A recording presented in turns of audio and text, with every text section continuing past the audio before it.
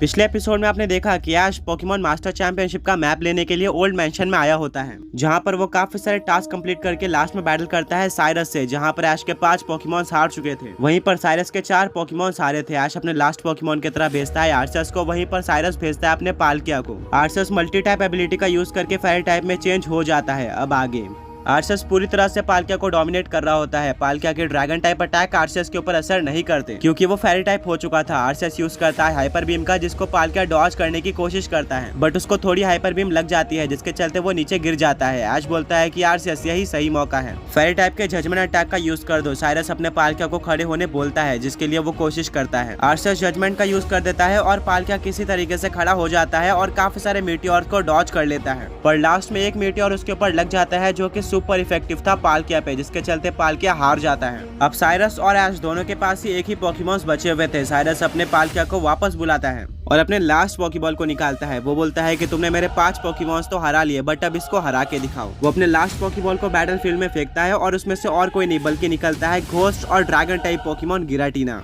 मिस्टी बोलती है कि क्या साइरस ने लेक गार्डियन ट्रियो के साथ ही साथ पूरा क्रिएशन ट्रियो भी पकड़ रखा है। सरीना बोलती है कि मैं ये चीज देखकर शॉक हूँ कि पाल्किया की तरह गिराटीना आर्सियस से बिल्कुल भी नहीं डर रहा है। ब्रॉक बोलता है कि पाल्किया और डियाल्गा काफी लॉयल है आर्सियस से, बट गिराटीना लॉयल नहीं है। वो पहले के टाइम में आर्सियस के खिलाफ भी चला गया था, जिसके चलते आर्सियस उसको एक अलग वर्ल्ड में भेज देता है। अब डियाल्गा अपनी फुल पावर लगाएगा आर्सेस को हराने के लिए और पोकेमॉन वर्ल्ड का गॉड बनने के लिए। ये बैटल देखना काफी इंटरेस्टिंग होगा। गिराटीना भी फेरी टाइप से वीक होता है, जिसके चलते ऐश अपने आर्सेस का प्लेट चेंज नहीं करता और उसको फेरी टाइप का ही रहने देता है। बैटल स्टार्ट होती है। आर्सेस यूज करता है हाइपर बीम का, जो कि गिराटीना के ऊपर असर नहीं करता, क्योंकि वो घोस्ट टाइप पोकेमॉन था। वहीं पर साइरस अपने गिराटीना को शैडो फोर्स यूज करने बोलता है, जिससे गिराटीना इनविजिबल हो जाता है। ऐश देखकर काफी शॉक रह जाता है और उसको समझ में नहीं आता कि इसके काउंटर में अब वो क्या करे। तभी गिराटीना वापस से विजिबल हो जाता है और आर्सेस के ऊपर पीछे से शैडो फोर्स अटैक का यूज कर देता है। ब्रॉक बोलता है कि ये गिराटीना का सिग्नेचर अटैक है, इससे आर्सेस को काफी ज्यादा डैमेज पड़ेगा। आर्सेस यूज करता है अर्थ पावर अटैक का, जो कि गिराटीना पर लग जाता है और उसको डैमेज पड़ता है। यह अटैक लगते ही गिराटीना काफी ज्यादा अग्रेसिव हो जाता है और यूज करता है शैडो क्लॉ का, जो कि आर्सेस पे लगता है। आर्सेस एक्सट्रीम स्पीड अटैक का यूज करने की कोशिश करता है, बट ये भी एक नॉर्मल टाइप अटैक था, जिससे गिराटीना इम्यून है। अब गिराटीना वापस से अपना सिग्नेचर अटैक यानी कि शैडो फोर्स का यूज करता है, जिससे वो इनविजिबल हो जाता है और इस बार वो आर्सेस के सामने आकर शैडो फोर्स का यूज कर देता है, जिससे आर्सेस को काफी ज्यादा डैमेज पड़ता है। ब्रॉक बोलता है कि ऐश तुम्हें गिराटीना के शैडो फोर्स अटैक से बचने के लिए कोई ना कोई स्ट्रेटेजी सोचनी होगी।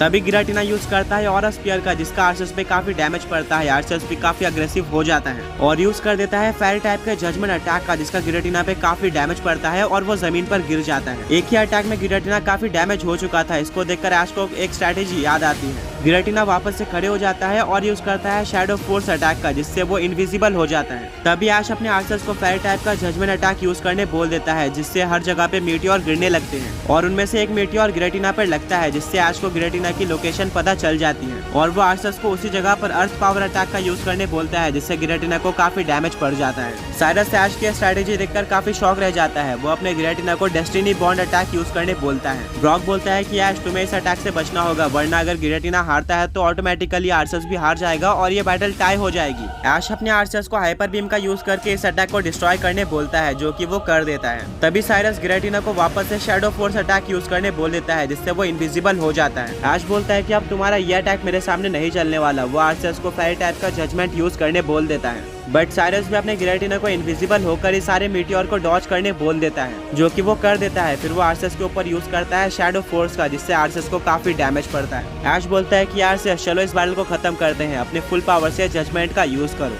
आर्सेस जजमेंट अटैक का यूज कर देता है और सारे मीटियोर गिराटीना पर लग जाते हैं, जिससे काफी ज्यादा बड़ा धमाका होता है। कुछ टाइम बाद जब धुआं हटता है तो देखने को मिलता है कि गिराटीना जमीन पर गिरा हुआ है, यानी कि वो हार चुका है और ये बैटल आर्सेस ने जीत ली थी, जिससे इस फुल बैटल का विनर ऐश केचम बन जाता है। साइरस ऐश के पास आता है और हाथ मिलाकर बोलता है कि मैं इस पूरे बैटल में तुमसे आगे चल रहा था, पर तुम्हारे लास्ट पोकेमॉन आर्सेस ने आकर तुम्हें ये बैटल सिंगल हैंडेडली हरा दिया। ये एक काफी स्ट्रॉन्ग पोकेमॉन है और अब क्योंकि तुमने मुझे हरा दिया है, तुम ये मैप ले सकते हो और यहाँ से जा सकते हो पोकेमॉन मास्टर चैंपियनशिप में पार्टिसिपेट करने के लिए। पर ध्यान रखना, वहाँ पर काफी स्ट्रॉन्ग ट्रेनर्स आने वाले हैं और तुम्हें काफी सारे अलग अलग टास्क भी मिलेंगे। ऐश साइरस से हाथ मिलाता है और वो मैप ले लेता है। ऐश को वो मैप देखकर कुछ भी समझ में नहीं आ रहा था। ऐश वो मैप ब्रॉक को दे देता है। ब्रॉक को समझ में आ जाता है कि पोकेमॉन मास्टर चैंपियनशिप के लिए कैसे जाना है। वो सब लोग उस ओल्ड मैंशन से बाहर आते हैं और उस मैप के अकॉर्डिंग चलना स्टार्ट कर देते हैं। काफी टाइम तक चलने के बाद वो एक डेजर्ट में आ जाते हैं। यहाँ पर कोई घर, कोई ट्रेन या फिर कोई पोकेमॉन नहीं था। ऐश के साथ अब वो ओल्ड मैन भी ट्रैवल कर रहा था। सरीना और मिस्टी दोनों को काफी ज्यादा डर लगने लगता है।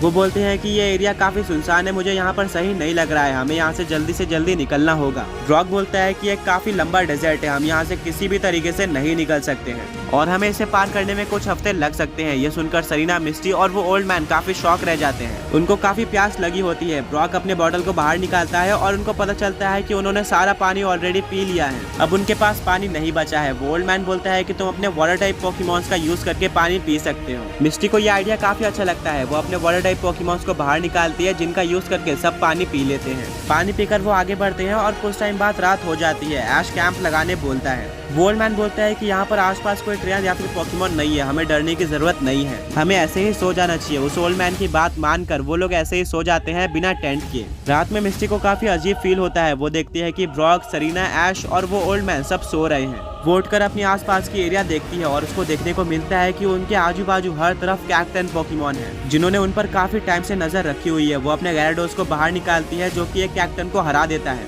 पर तभी काफी सारे कैक्टन वहाँ पे आते हैं और गैराडोस को इंजर्ड कर देते हैं जिससे गैराडोस हार जाता है। मिस्टी अपने गैराडोस को वापस से पोकेबॉल में लेती है और ब्रॉक, ऐश, उस ओल्ड मैन और सरीना के पास जाती है। वो उनको उठा देती है। जल्दी से ऐश अपने चार्जार्ड को बाहर निकालता है और ब्रॉक अपने स्टीलिक्स को बाहर निकालता है। वहीं पर वो ओल्ड मैन अपने वॉकिंग वेग को बाहर निकालता है। तीनों ही पोकेमॉन्स मिलकर काफी इजीली सारे कैक्टन को हरा देते हैं, पर तभी वो नोटिस करते हैं कि वहाँ पर और भी कैक्टन है। सब मिलकर उन पे काफी देर से नजर रखे हुए थे। सरीना काफी डर जाती है। ऐश, ब्रॉक और वो ओल्ड मैन लगातार कैक्टन पोकेमॉन्स को हराते जाते हैं, बट वो बढ़ते ही जा रहे थे। उन तीनों के पोकेमॉन सब काफी थक चुके थे और बैटल नहीं कर सकते थे। वो तीनों ही अपने पोकेमॉन्स वापस बुलाते हैं। ऐश अपना दूसरा पोकेबॉल निकालता है और वो म्यूटू को भेजने ही वाला होता है। तभी ब्रॉक बोलता है कि यहाँ पर कैक्टन की पॉपुलेशन काफी ज्यादा है, इनसे बैटल करके सिर्फ तुम्हारे पोकेमॉन थक जाएंगे, हमें टेंट में सेफ रहना चाहिए, सुबह उठकर हम अपनी ट्रैवलिंग कंटिन्यू करेंगे। ऐश ब्रॉक की बात मान जाता है। वो सब अपने डिवाइस का यूज करके टेंट बना लेते हैं और पूरी रात बिता देते हैं। सुबह हो जाती है। मिस्टी बोलती है कि मुझे लग रहा है कि वो कैक्टन पोकेमॉन अभी भी यहाँ पर हैं। ऐश और ब्रॉक अपने आसपास ढूंढते हैं बट वो कैक्टन पोकेमॉन कहीं पर भी नहीं थे, अब वो सेफ थे।